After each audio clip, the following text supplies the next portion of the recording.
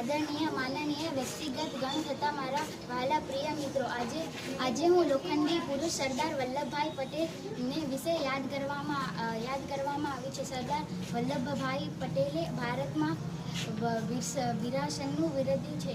સરદાર વલ્લભભાઈ પટેલ ખેડા અને બોરસદ અને બારડોલી સત્યાગ્રહ વિશે ખેડૂતોને બ્રિટિશ સમાજ સામે લડત આપીને તે બ્રિટિશ સમાજની લડત સ્થાપીને સરદારનું બિરુદ બન્યા છે. તેમને ભારતના સ્વતંત્ર પછી તે વડાપ્રધાન અને મુખ્યમંત્રી બન્યા. તેમને 500થી વધુ રજવાડાઓને ભારતમાં ભેળવ્યું. તેમની આજે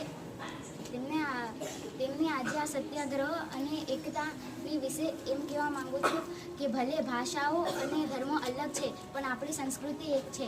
જય હિન્દ, જય જય ગરવી ગુજરાત.